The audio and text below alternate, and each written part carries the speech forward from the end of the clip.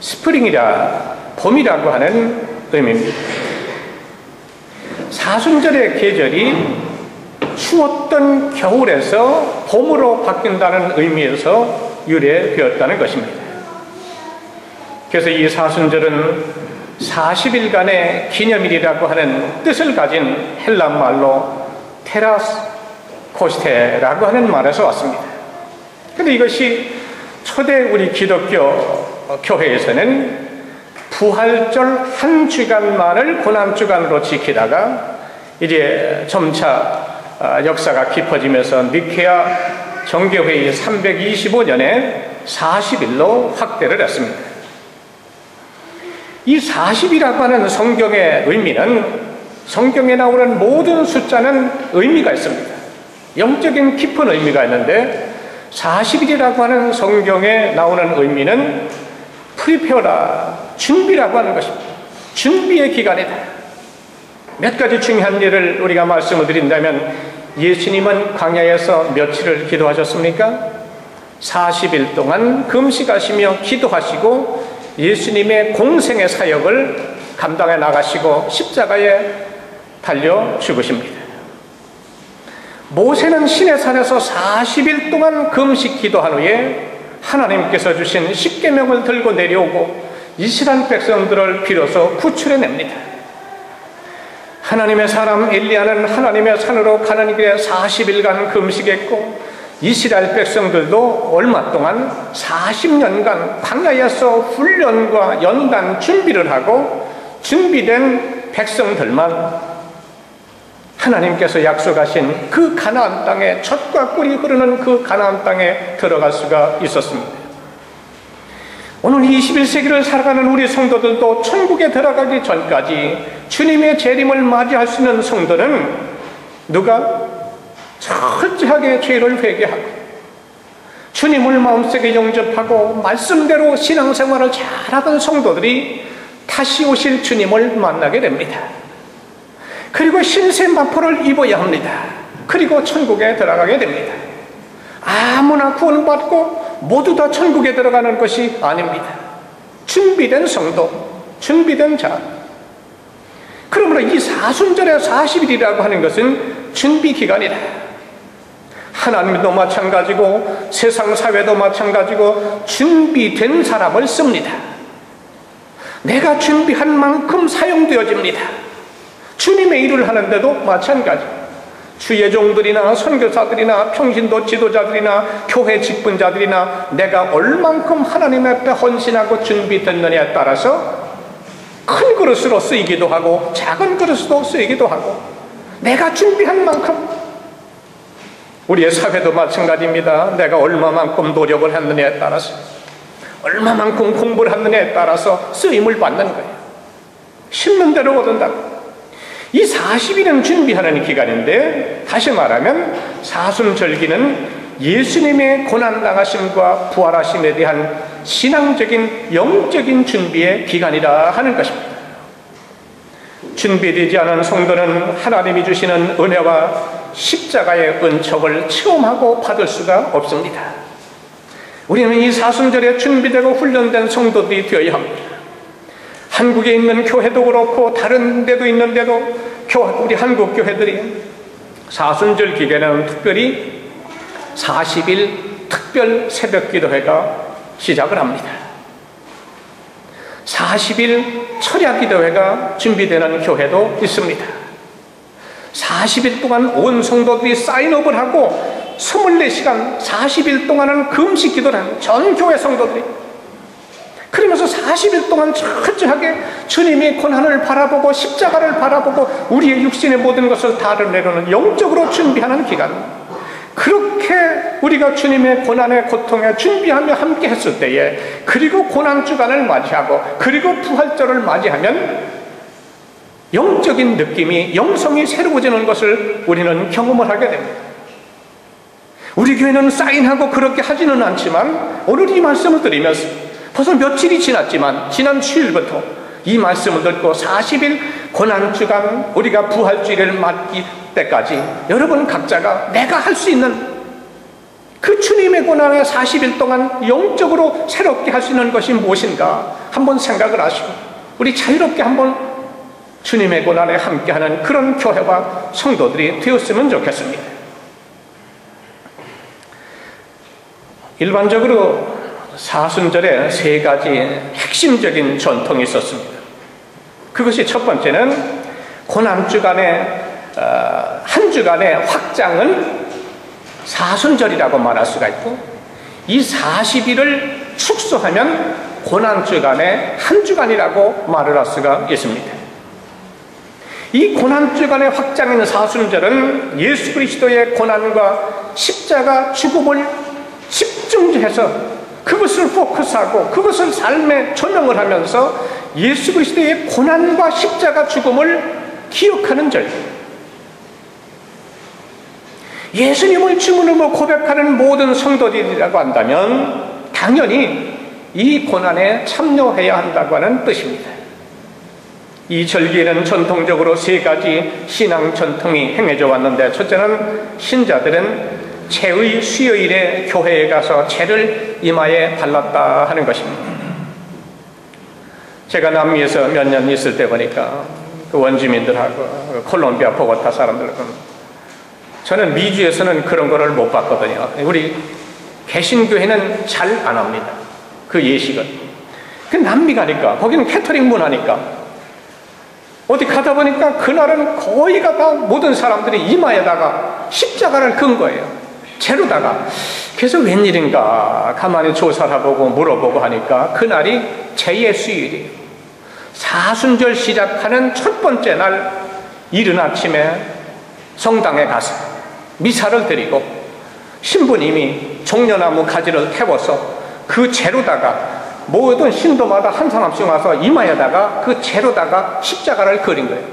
그래서 그 재의 십자가를 그리고 하루 동안 지우질 않습니다.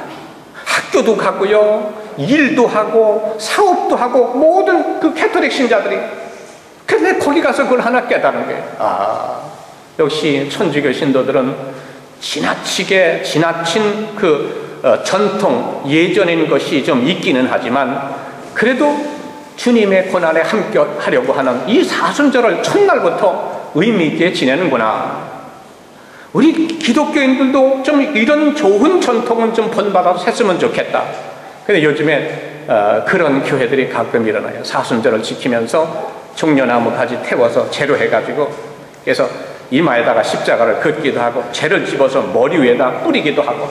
자, 그러면 신자들의 재의 그 이마에다가 머리 위에 그 재를 뿌리는데 이것은 뭘 의미하는 거 아니? 재는 첫째는 인간의 죽음을 의미합니다. 두 번째는 죽고 나면 재처럼 먼지처럼 흙처럼 보잘것없는 것을 말하는 거예요. 다시 말하면 재는 인간이 가장 처절한 상태로, 본래의 상태로 내려간다고 하는 사실을 상징적으로 가르쳐줍니다. 그래서 우리가 구약을 보게 되면 구약 때 회개할 때는 재의 위에 올라앉아서 옷을 찢으면서 가슴을 치면서 머리를 두 무릎 사이에 놓고 회개를 했습니다. 죄와 죽음이 바로 이와 같은 것이다. 모든 사람은 언젠가는 죽는다. 그리고 화장을 하게 되면 한 줌의 재로 남는다. 그리고 뿌리게 되면 한순간에 재처럼 없어지고 버리고 나가는 인생이다. 이것은 인간이 본질적인 죄인이라고 하는 사실과 그 죄의 결과로 누구든지 죽는다고 하는 것과 마지막에는 한 줌의 재, 한 줌의 흙으로 간다고 하는 것을 인간 실존을 말해주고 있는 거예요. 이것을 잊어버리고 살아가면 안 된다는 것입니다. 우리 기독교인들도 마찬가지로 천주교 성도들뿐만 아니라 늘 죽음을. 그래서 성경은 예수님이 뭐라고 말씀합니까? 초상집에 가는 것보다, 믿는 성도는 결혼식장에 가는 것보다 어디 가는 게? 초상집에 가는 것이 지혜롭고 낫다 그랬어요. 거기에서 인생의 의미, 나도 언젠간 저렇게 될 텐데 바르게 정신 차려서 말씀대로 살 교훈을 얻는다는 것이죠. 결혼식은 뭡니까? 그저 안 죽을 것처럼 화려하고 굉장하고 그냥 야단스럽지만, 그래서 성경에 말하네요. 결혼식에 가는 것보다 초상집에 가는 것이 더 지혜롭다. 다시 말하면 이것은 인간 실존을 의미하는데 우리 믿는 성도들은 사순절만 이것을 기억하는 것이 아니라 늘 마음속에 내가 이렇게 살다가 오늘 이 순간에 하나님께서 나를 부른다고 한다면 내 가족이 나를 뭐라고 할 것인가? 나는 어떤 발자취를 남기고 갈 것인가? 내 친구와 사람들은 나를 어떤 사람으로 말할 것인가? 늘 죽음을 생각하면서, 그렇다고 늘 죽는 것만 생각하고 한다면 희망이 없고 재미가 없겠지요. 네? 죽음을 통해서 내 삶을 새롭게 하라고 말이죠. 오늘 사회는 우리를 그런 것과 아무런 상관이 없고, 그리고 우리가 영원히 살 것 같은 착각을 하게 만듭니다. 우리 교회는 대부분이 젊은 세대들인데 이런 이야기가 어떻게 설교로 들려질지, 아직 나는 한참 이제 시작입니다. 나는 건강합니다. 나는 질병도 없습니다. 한참 재미롭고 아닙니다. 인생은 세상에 나오는 것은 순서가 있지만 가는 것은 순서가 없어요. 젊은 사람이라고 해도, 그렇게 건강한 사람이라고도 어느 날 한순간에 그저. 그래서 중세기에는 그 라틴 말로 메멘토 모리라고 하는 말이 유명했습니다. 메멘토 모리 무슨 말이죠?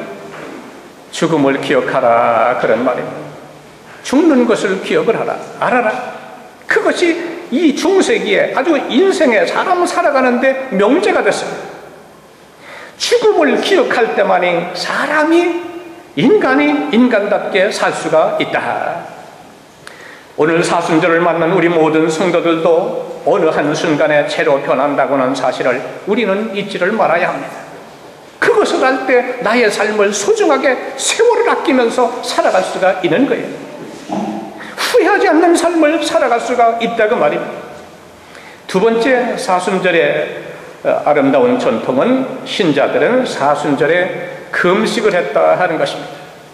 금식은 인간의 가장 강렬한 본능인 식욕을 억제하는 방식으로 고난에 동참하는 행위를 말합니다.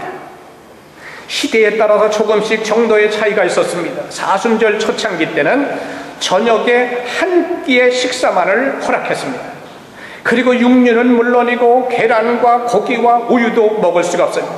그래서 이 식욕을 절제한다고 하는 기본 정신은 아무리 강조해도 지나치죠. 예수님은 40일 금식 기도하셨어요. 그리고 귀한 사역을 했어요. 제가 아는 목사님은 41일을 금식을 했더라고요. 41일. 왜 그렇게 하셨습니까? 그랬더니 예수님은 40일 했는데 하루 더 해서 그 기록을 내가 한번 내보려고. 여러분, 사람이 너무 그렇게 하면, 어떤 사람은 하다가 억지로 하다가 간 사람이 있어요. 목사님 중에 40일 하다가 건강이 허락지 않아서 먼저 죽은 사람이 있다. 인간적으로 하면 안 됩니다. 아무나 하는 게 아니에요. 그런데 저도 40일 이렇게 일주일씩 해보니까요, 3일 정도 지나고 나면 내 경험하니까는 그 다음부터는 보이는 게 다 먹는 거로 보여요. 모든 게, 그리고 자나깨나 먹는 게, 그런데 그 단계가 있어요. 그 단계를 지나면 그때는 다 이제. 그런데 이 금식에 유익한 건요, 기도가 영성이 맑아진다는 겁니다. 한번 해보십시오, 여러분. 네? 한번 한 2, 3일 그 고비가 넘기기가 어렵지, 그것만 넘기면 또 그래도 할 수가 있습니다. 이 금식이 굉장히 영적으로 유익한데, 이 사순절 초창기에는 저녁에 한 끼만 했다. 오늘날 우리 현대인들의 삶은 먹는 것을 절제하기가 굉장히 어렵지 않습니까? 오늘 우리가 사는 유럽도 보니까 너무 풍성해요. 저는 그래서 뷔페집에 자주 안 가려고 노력을 하는데, 뷔페집에 가면 사람이 부패해요. 너무 먹을 게 많으니까 그 뺑뺑하게 먹고 그날 밤은 배가 아파가지고 쓰려가지고 집에다 가지고 채들은. 그래서 자기 원하는 거 맛있는 거 딱 간단히 먹고 했으면 좋겠는데, 2절을 가면 더 그래요. 맛있는 게 많아가지고 얼마나 이게 차려놨는데 안 먹을 수는 없구만. 그리고 여기는 음식이 좋으니까 아주 그 몸매들이 그렇다고 했는데, 미국에서는 딜이 있는 대로 먹어가지고 지금 뭡니까? 현대인들의 전쟁이 영적인 전쟁이 아니라 무엇과의 전쟁? 살과의 전쟁입니다. 살과의 전쟁. 돈 들여서 열심히 먹고 돈 몇 갑절 들여서 그거 살 빼느라고, 그래서 24시간 피트니스 센터가 사람들이 바글바글 하는 거예요. 제가 콜롬비아 있을 때 거기 목회하고 그 아마존 선교에 갔는데, 콜롬비아 그 도시에도요 어려워요. 미국 달러로 250불이면 4인 가족이 한 달을 삽니다. 언젠가도 제가 얘기했지만, 그래서 거기 콜롬비아다가 이제 LA에 나오면은 집사님들이, 아이고 목사님 어려운데 가서 오래 계십니다, 수고하셨습니다, 맛있는 거 한번 사드리겠습니다 하고 이제 따라가면은 4시 앉아서 식사를 하게 되면 250불 나와요. 그때 제가 깨달은 게 있어요. 야, 우리 믿는 사람들 너무 과하게 먹어도 이것도 죄다. 먹고 5-6시간 지나면 그저 이렇게 배설해서 버릴 건데, 한 4인 가족이 한 달 먹을 걸 이걸 절약을 해서 좀 선교 좀 하고 그랬으면 좋겠는데, 한 끼 먹고 250불 결제하는 거예요. 그래서 제가 하나 깨달은 게, 우리 믿는 성도들은 너무 잘 먹고 많이 먹는 것도 죄다. 죄다. 예수님이 어떻게 잡수셨을 것 같아요? 여러분, 부흥 목사님들, 저는 그렇진 않지만 목사님들 보면 너무 잘 잡수고 호강을 하셔서 머리가 반짝반짝, 머리에 기름이 흐르는 그런 거. 난 궁금해요. 야, 어떻게 목회를 저렇게 하실 수가 있을까? 예수님이 모습 보십시오. 예수님의 살이 찌셨는가요? 여러분들은 다 윤기가 좋으신데 예수님은 안 그랬어요. 그 십자가의 사역, 그 공생에, 그 주님의 사역을 이루시기 위해서 금식하시며 기도하시고, 현대인의 삶은 먹는 것을 절제하지를 못하게 합니다. 우리의 삶의 패턴이 그래요. 삶의 양식이 그래요. 오히려 지금 우리들의 삶은 뭡니까? 식욕을 왕성하게 하는 삶입니다. 회식도 많고 특식도 많고 뭐 이것도 많고 저것. 그러나 지금도 제3세계에는 먹을 것 마실 것이 없어서 굶주리는 사람들이 우리 주위에는 너무나 많다고 하는 사실. 그러므로 우리 믿는 성도는 먹는 것을 절제하는 삶의 자세가 필요하다는 거예요. 사순절기는 금식하는 기간이었다. 세 번째 아름다운 전통은 사순절 기간에 구제와 선행에 힘을 썼습니다. 이 금식이라고 하는 것이 식욕이라고 하는 인간 본능을 억제하는 것이라고 한다면, 어려운 자들을, 굶주리고 헐벗는 자들을 구제와 선행을 한다고 하는 것은 자기와 자기 가족만을 위한 생존 본능을 제어하는 신앙의 태도를 우리에게 말해주고 있습니다. 다시 말하면 이웃들과 어려운 자들과 함께 더불어 살아가는 삶의 차원으로 영적인 눈을, 시야를 넓히는 것입니다. 선한 사마리아인처럼 어려운 자들, 강도 만난 자들, 그 죽어가는 자들 함께 하는 거예요. 오늘 목사님이 등산을 하다가 실족을 해서 절벽에 떨어졌어요. 그래서 정신을 잃었어요. 죽었는지 살았는지도 몰라. 몇 시간이 지나고 났는데 통증이 오면서 눈을 떠보니까 어느 사람이 조그만 집에 거기에서 실려와서 거기에 누워있고 치료를 받고 있는 거예요. 민간약국은. 그래서 너무 감사하고, 내가 완전히 절벽에서 죽어야 되는데 죽을 뻔했는데 이 사람으로 살아났구나. 그래서 이 목사님 너무 감동을 받아서 이제 집으로 갈 때에 물었습니다. 당신의 이름이 뭡니까? 그리고 여기가 주소가 어떻게 됩니까? 내가 돌아가서 좀 회복되면 사례를 하려고 합니다. 그렇게 물었습니다. 그랬더니 그분이 손사래를 치면서 성경에 나오는 선한 사마리아인의 이름을 먼저 저에게 가르쳐 주시고, 두 번째는 선한 사마리아인의 주소를 이메일까지 적어서 저에게 주십시오. 그러면 제가 내 이름도 우리 집 주소도 주겠습니다. 선한 사마리아인의 이름이 있어요, 없어요? 주소 있어요? 이메일 있어요, 없어요? 전화 없어요.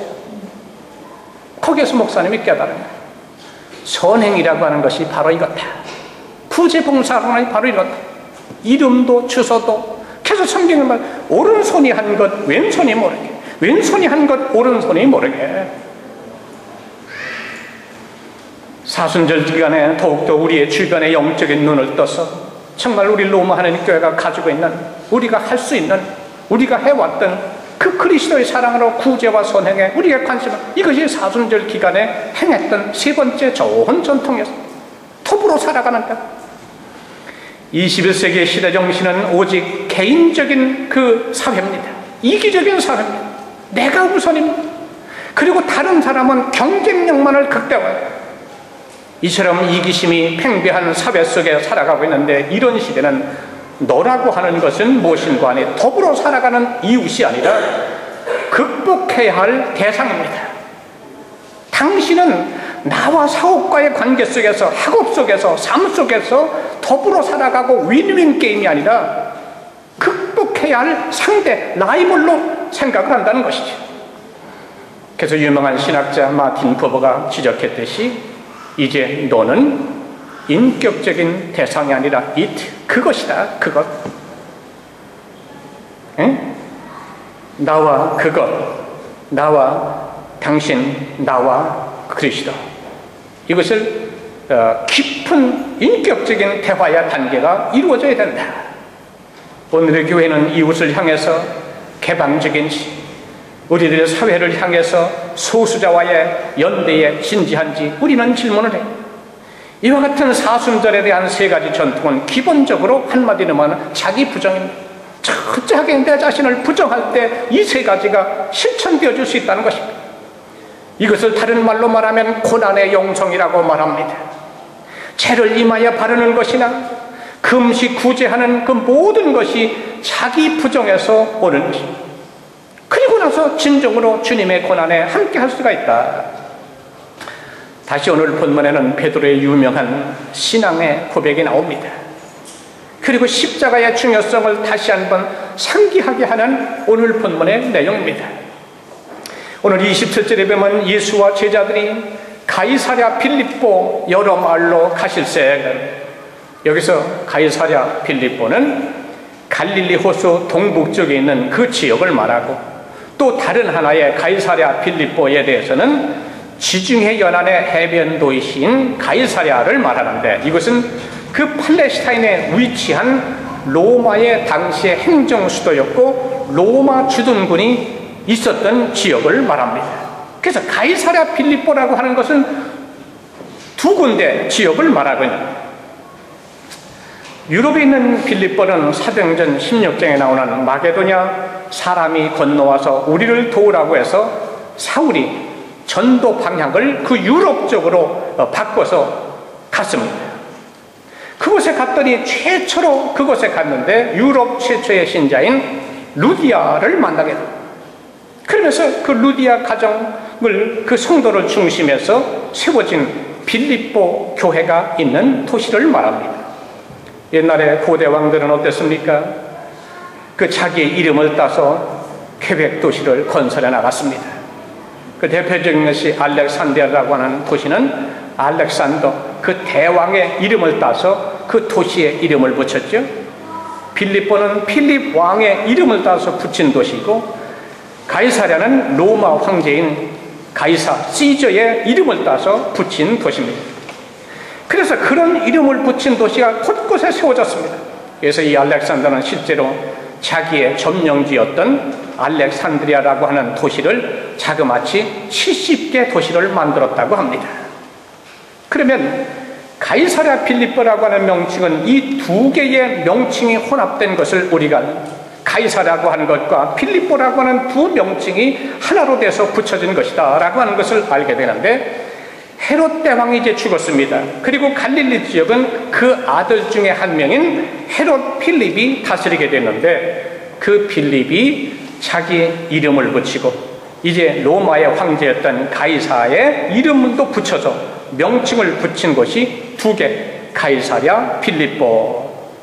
근데 그 지역은 당시에 우상 숭배가 굉장히 많았습니다. 이태리도 보니까 여호와의 증인들이 많다고 그랬는데, 나는 참 아직 좀 더 공부를 하고 이해를 해야 되는데, 어떻게 캐톨릭 문화 국가인데 여호와의 증인들이 들어와서 이단 중에 이단인데 이태리 사람들이 그것도 굉장히 좋아한다며요? 그거 참, 여호와의 증인들을 만나시거들랑 절대 발도 들여놓지 마십시오. 만나지지 마십시오. 목사 선교사들도 당합니다. 어설픈 평신도들이 신앙적인 그 논리적인 것도 약한데 한번 이야기 듣다 보면 큰일 납니다. 그러니까 그런 사람은 아예 만나질 않는 게 굉장히 좋습니다. 저도 옛날에 경험이 있거든요. 그 여호와의 증인 잘 압니다. 그래가지고 상대방이 오면은 대화를 하다가 자기가 성경적으로 신학적으로 밀리잖아요. 그럼 그거를 적어가지고 갔다가 자기들 미팅에 가서 이런 질문을 받고 이 사람이 이런 정도인데 더 센 사람이 옵니다. 그 다음에 더 센 사람이 그 사탄 마귀도 그 전략이 중요해요. 그 다음에 그 사람이 와가지고 안 먹혀 들어가면 또 그걸 가져가서 연구를 해서 더 센 사람. 그러니까 여러분은 미안하지만 우리는 당하게 될 수밖에 없어요. 그러니까 아예 안 만나는 게 좋습니다. 아주 지독한 이단입니다. 여러분 생각해 보십시오. 여호와의 증인은 14만 4천 명만 요한계시록에는 그 사람들만 구원받는다는 겁니다. 그 14만 4천의 그 숫자에 내가 들어가기 위해서 부부가 또한 그 두 사람이 꼭 그 파트너가 돼가지고 파수대 이런 거 가지고 댕겨요. 아주 위험합니다. 아주 우리 로마 하니까 절대. 우리 로마 하니까 로마 애들이 그런 게 막 침투한다는데 뭐 2단인지 3단인지 옆에 여러분들 살펴보십시오. 그 사람이 2단인지 아닌지 조심해야 돼요. 신천지니 뭐니 이거 조심해야지. 그리고 그냥 뭐 교회 소란스럽게 하고 그냥 우리가 영적으로 정신 차려야 됩니다. 그리 가이사랴 빌립보에도 그 당시의 우상 숭배가 굉장히 심한 지역이었어요. 그런데 어느 날 예수님이 이 지역 가이사랴 빌립보 지역까지 오시게 됐는데 그 우상 숭배가 그 만연했던 그 땅의 영적인 분위기를 살피시고 제자들에게 중요한 질문을 하십니다. 저도 여기 이제 1년 좀 넘으니까 로마의 콜로세움도 보이고 로마의 영성도 알고 이제 조금 눈이 떠지는 것 같아요. 저는 좀 늦어서 다른 사람은 뭐 한두 달이면 다 한다고 얘기를 해요. 저는 안 그렇습니다. 한 3년이 좀 지나야 조금 알 것 같아요. 이제 로마가 무슨 적인지 조금 알 것 같은데 그 예수님이 그 영적인 분위기를 깨닫고 예수님이 질문을 하십니다. 첫 번째 질문은 오늘 27절에 나오는 질문이에요. 27절에 보니까 사람들이 나를 누구를 하느냐 하는 질문입니다. 그리고 두 번째 질문은 29절에 나오는데 너희는 나를 누구라 하느냐. 이 두 가지 질문을 예수님이 제자들과 무리들과 베드로에게 합니다. 이 질문은 매우 중요한 질문입니다. 여러분은 이 질문에 대해서 분명한 답을 가지고 계십니까? 사람들이 나를 누구라 하고 너는 나를 누구라 하느냐. 여기에 대한 성경적인 확실한 답을 가지고 있느냐 그렇지 못하느냐에 따라서 믿음 생활의 형태가 달라집니다. 교회 생활의 형태가 달라집니다. 나의 신앙의 고백에 따라서 현저하게 달라지는 것입니다. 우리가 부부 생활을 할 때도 보면 남편과 아내가 서로 누구로 아느냐에 따라서 관계도 달라지고 행복의 그 수치도 달라지고 가정이 새로워집니다. 예를 들면 아내가 남편을 그저 돈만 벌어오는 사람으로만 안다면 어떻게 되겠습니까? 아직 결혼 안 해봐서 모릅니까? 문제가 돼요. 아주 심각해집니다. 돈만 벌어오는 사람으로만 남편한테 반대로 남편도 아내를 이해할 때 그저 빨라나 해주고 라면이나 끓여주고 밥만 해주는 사람으로만 안다면 문제가 있겠어 없겠어요? 그 보통 문제가 아닙니다. 절대 그렇게 생각하는 사람 잘 데이트가 진도 나가도 그만 스탑하세요. 그거 아주 결과가 뻔하니까. 보통 문제가 아닙니다. 내 배우자와 내 자녀를 하나님께서 나의 행복을 위해서 나에게 주신 존재로 알 때에 그 가정의 행복이 시작이 되는 것입니다. 그런데 말이죠, 우리는 웃고 쉽게 이야기하지만 오늘날 그런 가정들이 굉장히 많다는 것입니다. 부부관계 속에서. 마찬가지로 우리가 예수님을 어느 분으로 알고 있느냐, 어느 분으로 고백하느냐 하는 것은 굉장히 중요합니다. 오늘 우리 주변에도 생각해본 우리 학생들은 주로 예수님 하면 뭡니까? 나로 하여금 지혜도 주고 늘 부모님이 축복하고 기도하는 대로 지혜도 주고 그래서 공부를 잘하게 해주시는 좋은 학점 받게 해주시는 그런 예수님으로 이해할 때가 많아요. 우리 사업하는 분들은 뭡니까? 복을 주시는 예수님. 우리 사업이 뜻한 대로 원하는 대로 평탄하게 잘 굴러가서 복이 막 하는 그런 사업에 복을 주시는 예수님으로 알고 또 또 몸에 좀 건강이 약한 분은 예수님은 그냥 안수하시면 병이 16년 됐던 혈루병도 깨끗이 나고 소경도 보게 되고 막 하는 치료하시는 의사 같은 예수님, 자기 관점에 따라서 예수님을 그 니디에 따라서 생각할 때가 많이 있다는 것입니다. 과연 우리는 예수님을 어떤 분으로 알고 있어야 되겠습니까? 예수님이 오늘 2부 예배 나오신 우리 성도들에게 묻습니다. 너희는 나를 누구라고 하느냐? 더러는 선지자, 더러는 엘리야, 저러는 선생님, 다양하게 사람들이 이해하고 있는데 나는 주님을 누구라고? 두 번째에서 우리가 답을 얻게 됩니다. 예수님의 진정한 사역을 통해서 주님이 누구신가를 깨닫게 됩니다. 오늘 29절입니다. 29절 말씀을 한번 보십시오. 마가복음 8장 29절에 또 물으시되 너희는 나를 누구라 하느냐? 베드로가 대답하여 가로되 주는 그리스도시니이다 하매 그랬습니다. 29절에서 베드로는 아주 정확한 대답을 가지고 있습니다. 여기는 그리스도이시니라고 했지만 마태복음 16장 16절이 더 구체적으로 베드로의 만점짜리 100점짜리 고백이 나옵니다. 마태복음 16장 17절에 아주 외우니까 그냥 하십시다. 안 피시고 시작. 주는 그리스도시며 살아계신 하나님의 아들이십니다. 이것이 이제 구체적으로 오늘 본문에는 그리스도라고 한마디로 딱 했는데 거기 다 포함되는 거지만 마태복음 16장 16절은 주는 그리스도시며 살아계신 하나님의 아들입니다. 5가지를 말합니다. 자, 여기에서 도미틸라 카타콤베에 가시면 입구 오른편에 돌조각으로 돼서 많은 여러 가지 그 문양이 해대는데 그 가운데 가장 인상적인 게 무엇이죠? 물고기 표시. 그 물고기 표시는 그 5가지 헬라 말인데 5 단어의 첫 번째 알파벳을 따서 한 단어로 만드는데 그것이 물고기라고 하는 단어입니다. 익투스라고 하는 말입니다. 자, 우리 그 투어 리더들, 가이드 하시는 분들 그 5가지 다 설명을 잘 하고 계시는 거죠. 첫째는 첫 번째 글자 약자는 예수스, 두 번째 글자 약자는 크리스토스, 세 번째 글자 약자는 데우스, 네 번째 글자의 약자는 피오스, 5번째 글자의 약자는 소테리아스. 이 5 단어의 첫 번째 머리 글자만 따서 모아놓은 것이 물고기라고 하는 익투스라고 하는 단어입니다. 그게 뭡니까?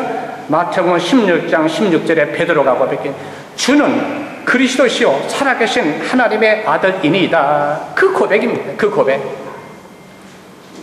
더 설명이 필요한 분은 우리 홈페이지 목회 칼럼에 가서 거기 올려졌으니까 한번 살펴보시기 바랍니다. 자, 여기서 중요한 것은요, 이 마태복음 16장 16절에 의해서 로만 캐토릭 바티칸은 베드로의 고백 위에다가 베드로 위에다가 교회를 세운 겁니다. 그래서 베드로 성당에 세워진 거예요. 그 성당에 베드로 시체가 있다며요, 중앙에. 우리 기독교는 베드로의 시체 위에다가 교회를 세운다고 하는 것이 아니라 베드로의 만점짜리 신앙의 고백 위에다가 교회를 세운다는 것입니다. 똑같은 말씀이지만 인터프리테이션, 관점, 해석이 캐토릭과 신교가 이렇게 차이가 나는 거예요. 이 100점짜리 베드로의 고백의 대답을 들으시고 주님은 너무 기뻐하셨어요. 너무 만족해 하셨어요. 너무 흡족해 하셨어요. 그래서 베드로에게 말하기를 바요나 시모나 내가 복이 있도다.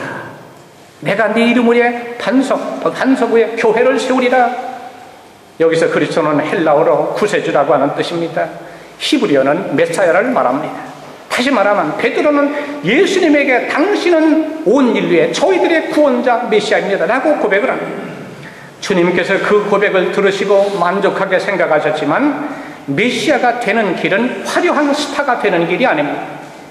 우리는 예수님을 따르는 길을, 유명해지는 길을, 성공하는 길을, 명성을 얻는 길, 스타가 되는 길, 축복받는 길로만 생각해서는 안 된다는 것입니다. 그것을 주님께서 가르치시기 위해서 주님은 베드로에게 주의를 줍니다. 그것이 30절 말씀이에요. 오늘 본문의 30절에 보면 이제 자기의 일을 아무에게도 말하지 말라 경계하시고, 무슨 말입니까? 너무 들뜨지 말아라. 너무 떠들고 다니지 말아라. 소문내지 말고 다녀라. 베드로에게 그 입단속을 시킨 겁니다. 왜 그렇습니까?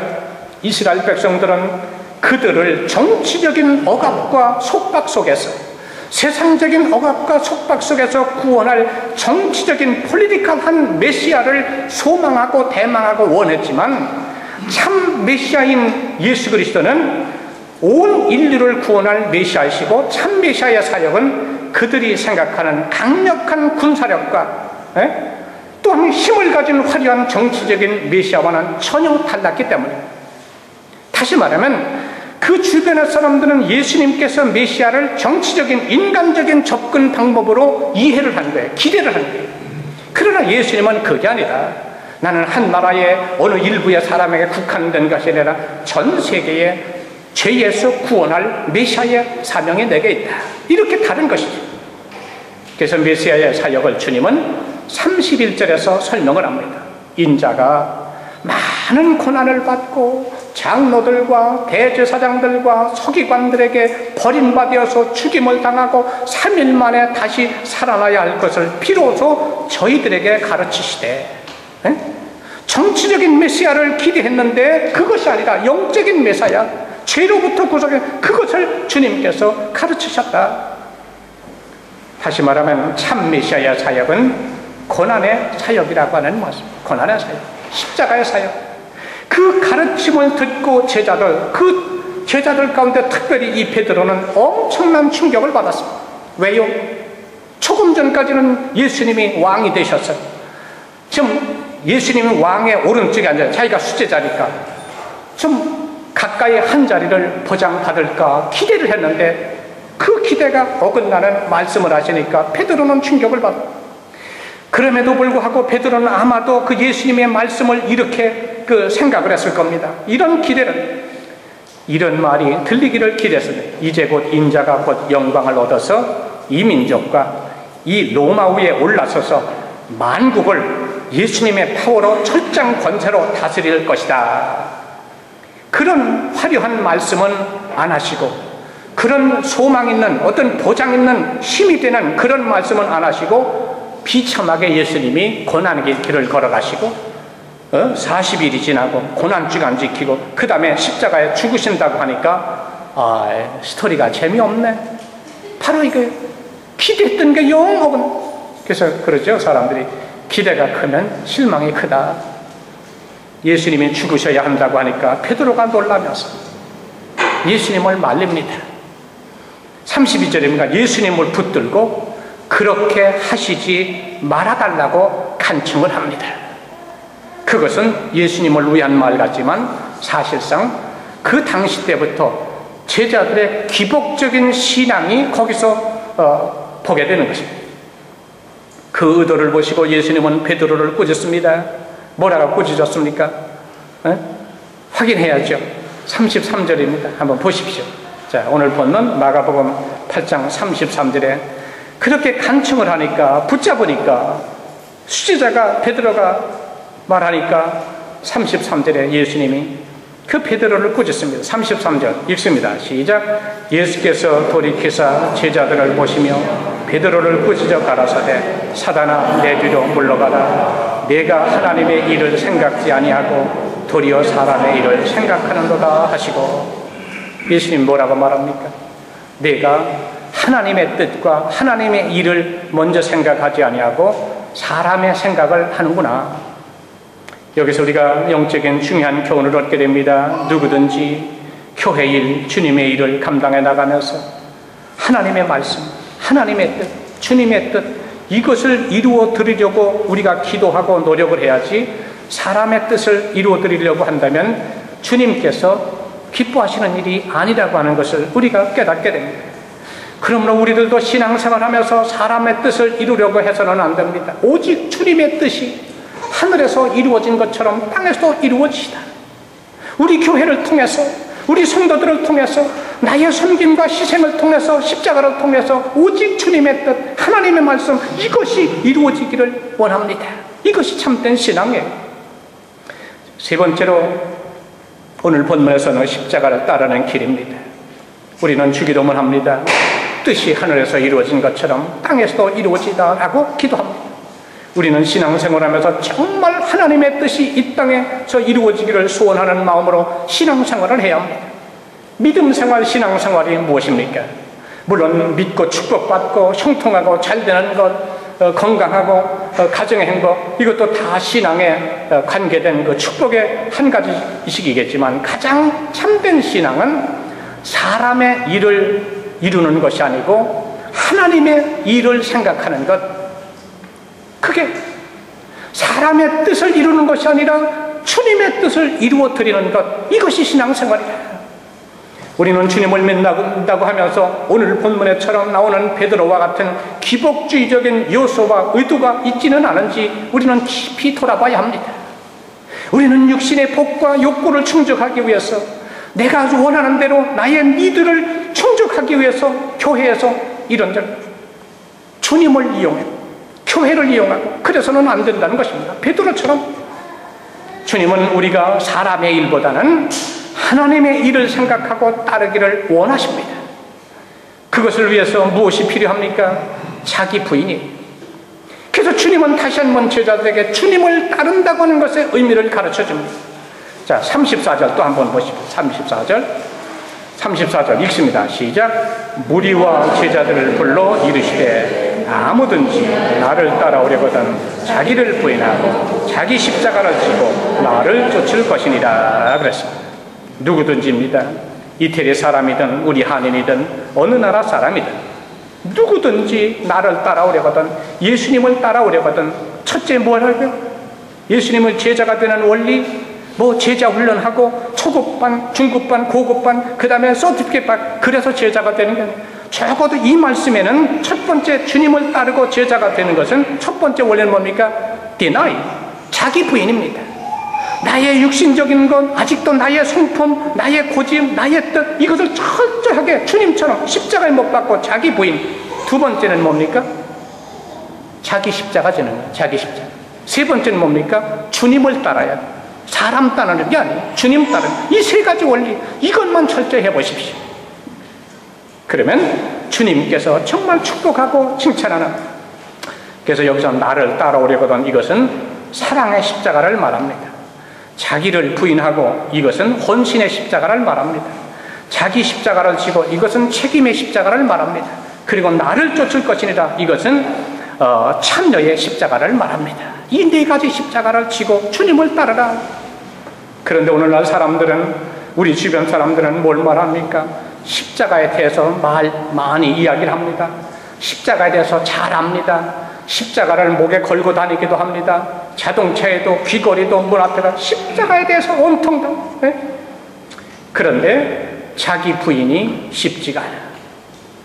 두 번째는 뭡니까? 자기 부인하고 자기 십자가를 져야 되는데, 다른 사람 십자가 진 것은 말들은 잘합니다. 집사가, 직분자가, 먼저 됐다는 사람이, 오래 왔다는 사람이 십자가를 왜 저렇게, 자기 십자가에 대해서. 그리고 세 번째는 뭡니까? 그 지고 주님을 따라야 돼요. 그래서 우리가 교회 미래를 위해서, 교회를 위해서, 성장을 해서, 평안과 질서 안정을 위해서 우리가 십자가를 칩시다. 십자가 안 져요. 거기에 문제가 있어요. 십자가에 대해서는 말을 많이 하고 말기도 많이 하고 하지만 십자가를 지자 할 때는 십자가를 지지 않는다. 그런데 주님은 뭐를? 자기를 부인하고 자기 십자가를 지라. 지고 따르라. 십자가는 내려놓고 그저 이것저것, 이거는 주께서 원하시는 것이 아니라고 하는 사실. 십자가를 진다고 하는 것은 희생을 따릅니다. 굉장히 힘든 것을 말합니다. 그러나 참된 십자가라면 반드시 그 십자가를 진 성도들에게는 부활의 은총과 축복이 있게 됩니다. 그런데 또 우리가 주목해야 될 것은, 우리 주변의 사람들 보면 십자가에 대해서 얘기를 많이, 아이고 우리 집은 나는 왜 이렇게 힘든 십자가가 있는지 모릅니다.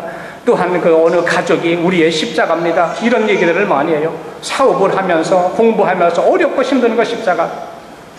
그런데 십자가가 뭡니까? 나의 잘못된 신앙으로, 나의 무능력으로, 나의 불신앙으로, 나의 성품으로 인해서 내가 어려움을 당하는 것, 이것은 십자가가 아닙니다. 근데 많은 사람들이 보면 문제는 자기가 문제인데 그것을 주님께서 왜 나에게, 우리에게 이런 십자가를 주는가 착각하지 마십시오. 예? 그건 자기 문제지. 제대로 신앙생활하고 말씀대로 하고 하면 자기가 성품도 바꾸고 고치면 얼마든지 문제가 해결되는 것인데, 자기 문제 자기가 계속 끌어안고 이런저런 어려움을 겪고 그걸 가리켜서 십자가를, no way. 그건 십자가가 아닙니다. 어떤 경우에는 자신과 하나님과의 신앙적인 관계로 고난을 당하는 사람도 있습니다.